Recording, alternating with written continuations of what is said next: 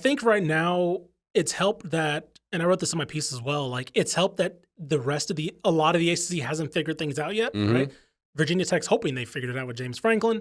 Florida State, we'll see whatever they do with Mike Norvell if they just choose to move on. So like the traditional power is outside of Miami, and Clemson's kind of falling away. So like Miami's really the only traditional power that's like really sustained itself since SMU's. And you can always bank on Mario Cristobal to shoot himself in the foot exactly. at least once, probably twice. Exactly. You can always bank on Miami to not make the title game because they do something very dumb.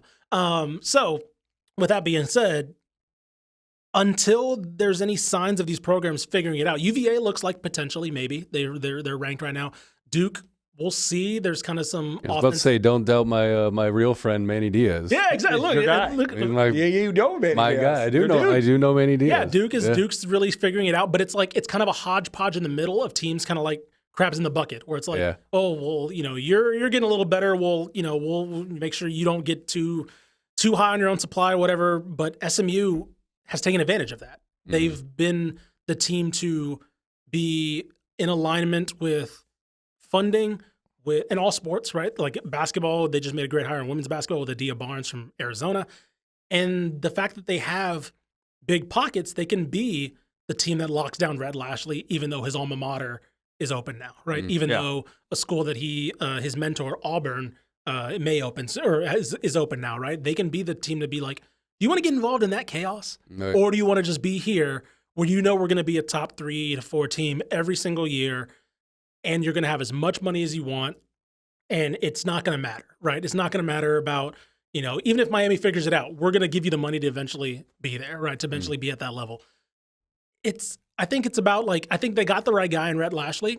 He's built that roster from what Sonny Dykes originally did. We'll talk about TCU in a bit, but Sonny Dykes helped establish that. I don't think any SMU fan's gonna ignore that fact. But Rhett Lashlee's taken it to another level where it's like offense is his thing, his calling card. That side of the ball has been excellent. He's hired Scott Simons, which I'm curious about the defensive coordinator hire if he ever leaves. Scott Simons for a head coaching job. They've been great since he's made that. Since he's been there. And yeah, the resources. I mean, I can't get enough about how.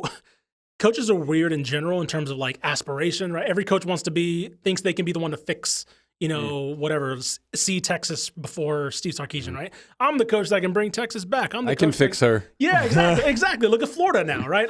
It's like Florida's a mess. It's like, yeah, but I can be the one. Yeah. Right? It's that Arrested Development meme. Yeah, exactly. Yeah, didn't work for anybody else, but what if it did for us? Yeah. But I think Rhett Lashlee showed is I don't need to see if I can fix Auburn